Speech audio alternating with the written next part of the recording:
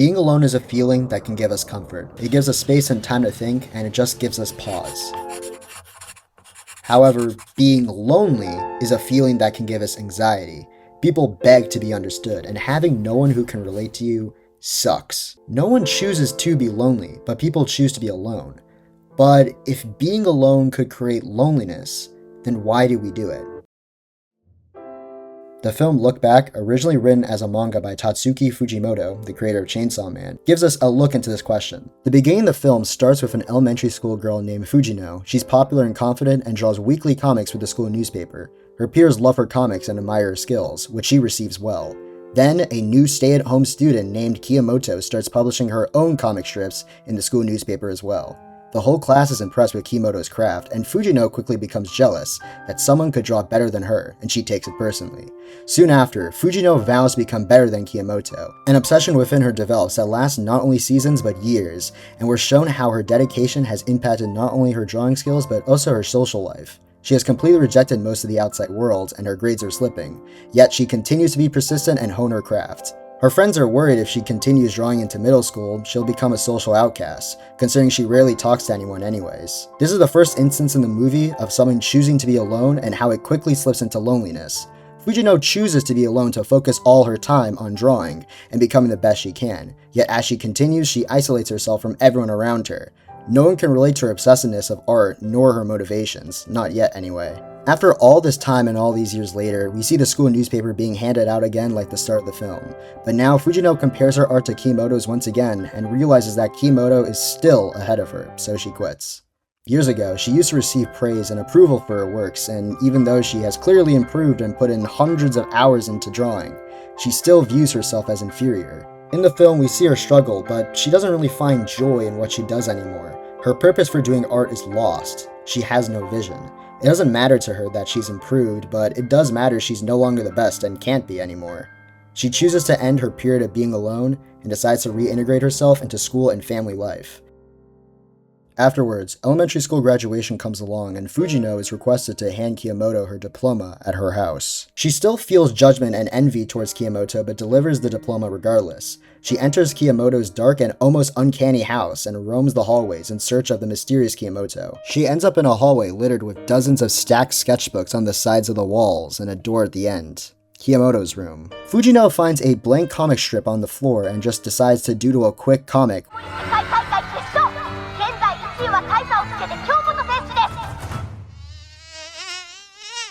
which, seemingly by fate, slips out of her hands and falls under the crack in the doorframe, entering the room.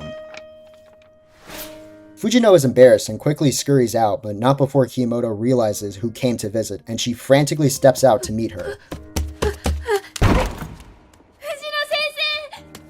The honorific sensei in Japan is usually used for people with authority or mastery over a subject. Her being called Fujino Sensei is a sign of immense respect. This is what stops her right in her tracks. Kiyomoto reveals that she is actually a huge fan of Fujino's comics and has an exact memory of all her different strips and art progression through the years.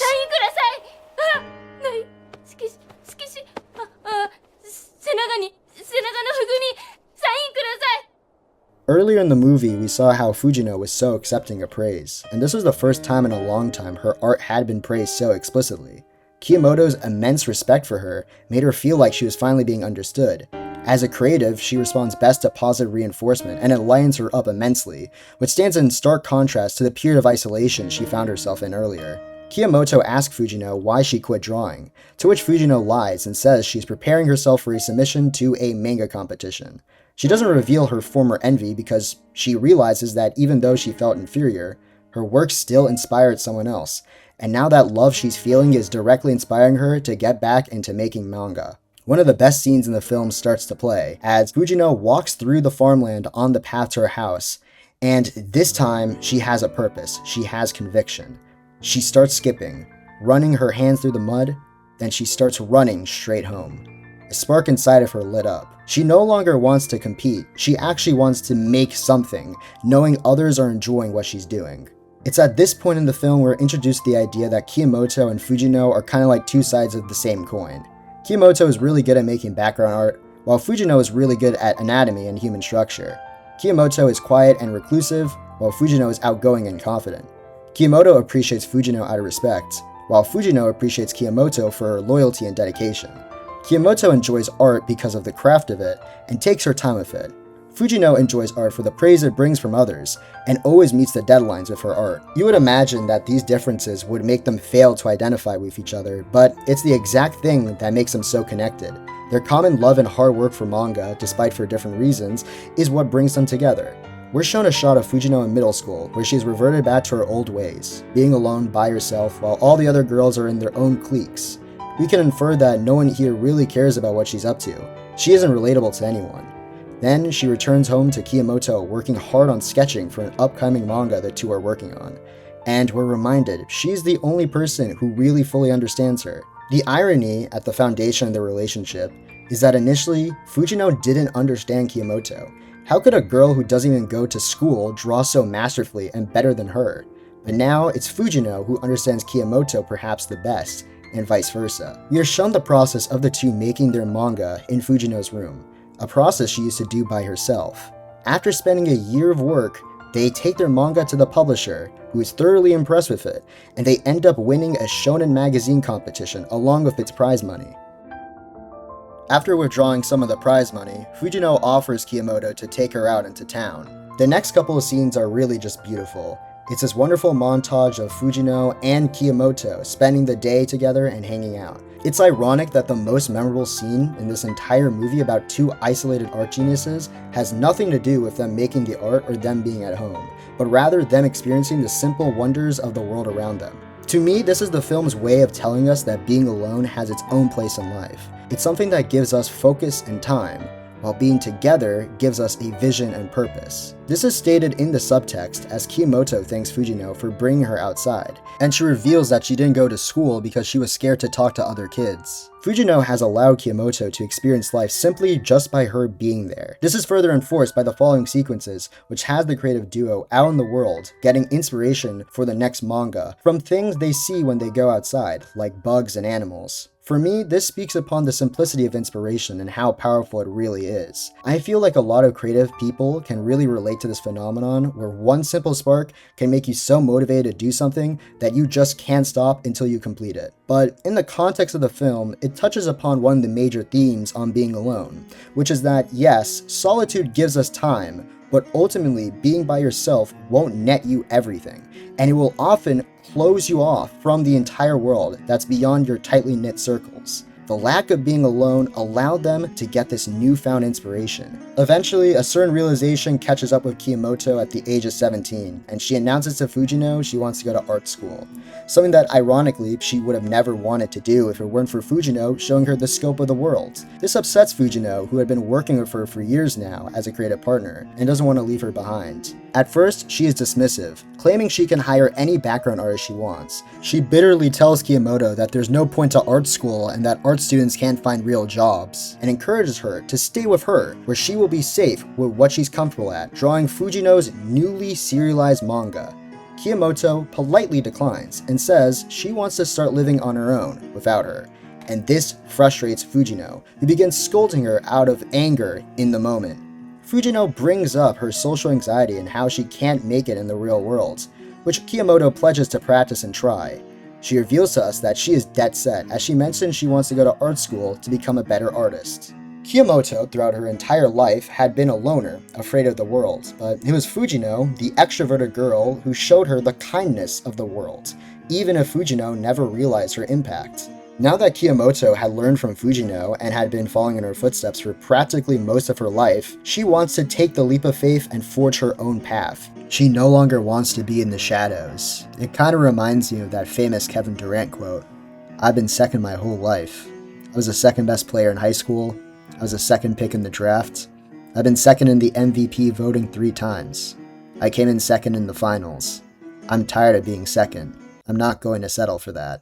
She could very well join Fujino at a guaranteed well-paying position, but her clear refusal is an indication that she has gained the courage to do her own thing, to follow her own passion. She wants to do it simply because Fujino showed her anything was possible. Even the composition of this shot paints a picture of this scenario. On one side, we have someone who's choosing comfort and what they know, and on the other, we have someone who's willing to take a risk. which ironically enough feels like the opposite of what these characters should be doing in this moment. In life, we encounter separate paths with others all the time, but what makes a separation always so heartbreaking is how connected and similar the paths used to be. It was both their individual isolation and their shared passion for manga that brought the two together, yet it also split them apart when they outgrew their initial tendencies. Kiyomoto pursues her art dreams, inspired by Fujino showing her the possibilities, and Fujino pursues her dreams of making manga as a full-time creator for her own series, inspired by Kiyomoto, getting her back into it. Now, as around this point in the video, I'm actually going to start diving into major spoilers, so if you haven't read or watched this amazing piece of art, please go do so now. It's only an hour long and it's on Amazon Prime. I highly recommend it, so please go watch the original. If you don't care about spoilers though, it's time for the next section. We continue along the story from Fujino's point of view, as her manga called Shark Kick becomes a hit series, but as her work gets more success, her happiness dries up. She has lost sight of her original vision. We're shown her being frustrated at her background artists, as she finds them to be good workers, but she clearly is missing something she used to love with Kiyomoto's art. Despite her claim about how she could find new background artists, she struggles without Kiyomoto. It's not shown at this moment, but the audience can imagine Kiyomoto is left to pursue her passion at art school without a clear future. Meanwhile, Fujino is struggling with her drive at a cushy 9-to-5 corporate art job, even as her own boss. Earlier, I claimed that inspiration could be found together with others, and it appears the opposite is oh so true, where a lack of inspiration can be found alone. Then, a news report comes on, announcing a massacre at Kiyomoto's art college, which immediately gets Fujino to call her friend to see if she's okay.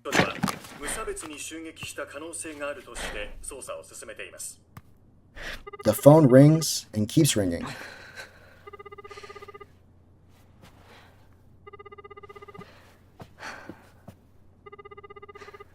But it doesn't stop. Then, Fujino's mom calls her immediately afterwards, and we're treated to silence.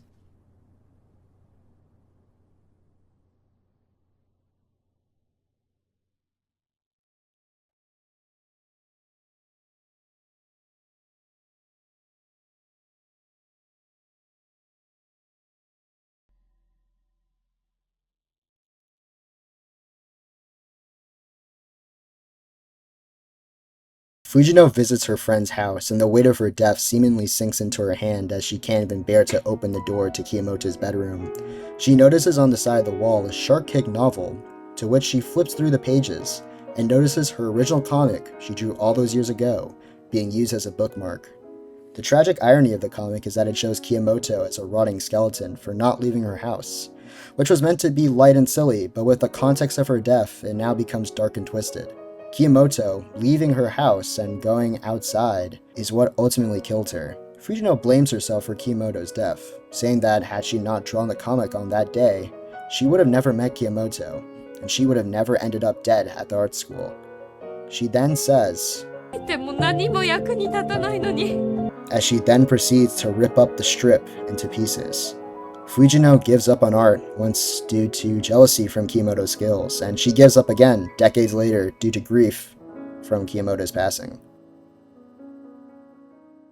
We then see an alternate reality where Kiyomoto never actually meets Fujino, as Fujino never actually goes to her room and draws the comic strip on that fateful day. Despite this though, she ends up inspired by art and goes to art school anyways, without Fujino's inspiration.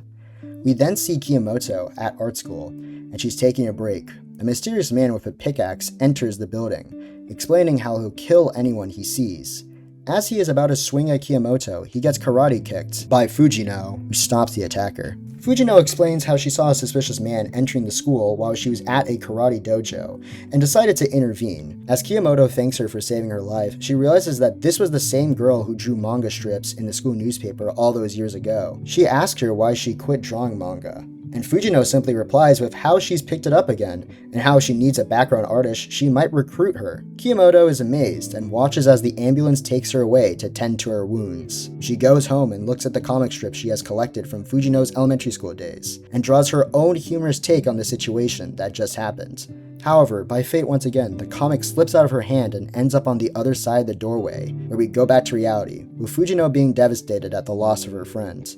This is a scenario created in the mind of Fujino, because Fujino herself is now humbled. She underestimated her impact on Kiyomoto's life and failed to consider that the whole reason she went to art school to begin with was because of what she showed her was possible. She gained the courage to go to school because of Fujino, which wouldn't have been possible without her presence. She doesn't consider Kiyomoto's level of isolation before they met, and she doesn't take into full account how that if they never met, Fujino wouldn't really have the reason to pick up making manga again, like in the actual timeline. Wait, except for the fact that in our actual timeline, she doesn't have a motive either until Kiyomoto indirectly encouraged her, which just so happens to be the same exact thing that happens in the made-up timeline too. Like, Kiyomoto literally calls her Fujino-sensei, just like in the real timeline. Kiyomoto is the reason why Fujino continues to draw manga, in both her head and in reality. Even in this time of distress for Fujino, she feels inspired by Kiyomoto. She decides to pick up and read the mysterious comic from the other side of the door.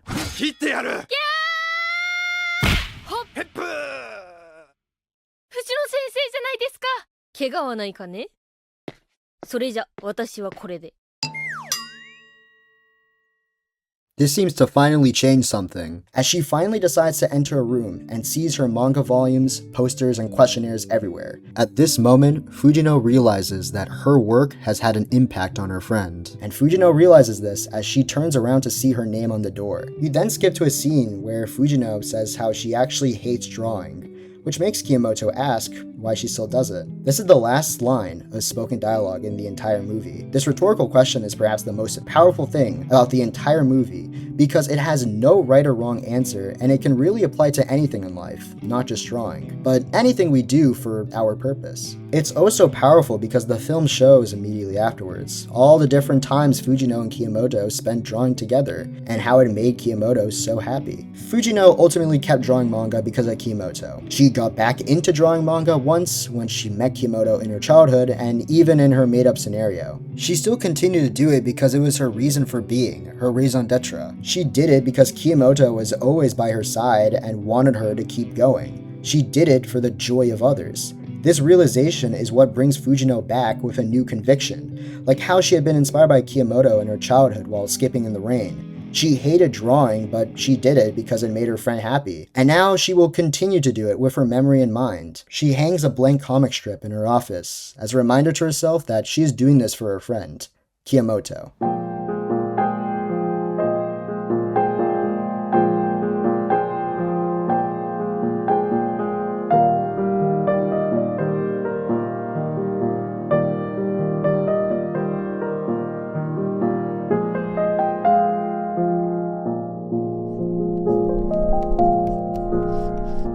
Kiyomoto may be gone, but her impact in the real world will live on forever.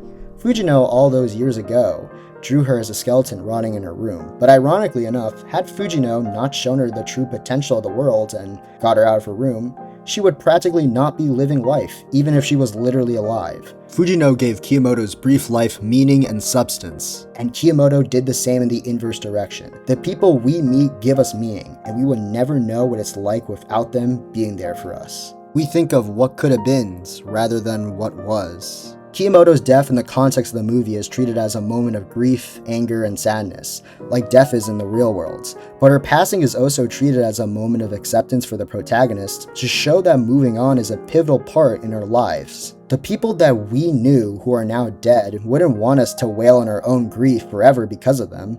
They would want us to continue on and live, something they were lucky enough to do with us. Being alone is not bad in and of itself. It gives us clarity, but being with the ones we love most gives us purpose. Losing sight of this leads to loneliness. Like Fujino, we are all sides of a coin, left incomplete without another side. We don't need to find our purpose alone. Maybe this is your sign to say I love you for the people you care about. To your best friend, to your mom, your dad, your brother, your sister, your cousin. You being here right now brings so much joy and meaning to other people's lives, even if you could never understand or think about it like that. This is because you are the most unique, interesting, and important person in history. Consider yourself lucky that out of all the people that have ever lived, you still have someone that relates to you out there, even if you've never met them. If you think no one loves you, you're respectfully very wrong, because you are always loved for what you are, your strength, your kindness, your passion, your humanity, the laughter you bring to others, this will always hold true, even if you feel lonely, even if you think no one respects you, even if you think no one likes you. Fundamentally, if you really feel deep down that you have nothing, remember that you are always going to be someone's favorite person. That is your purpose. And that's fucking extraordinary. I know this is probably not what you'd usually expect out of me, being this, I don't know, open, but all the love on this video would be greatly supported, because the YouTube algorithm, I'm not sure how they're going to take this kind of video, so make sure to like, sub, and also comment, and I guess hype as well. That would really mean a lot to me. Normal content coming soon. Love y'all. See ya.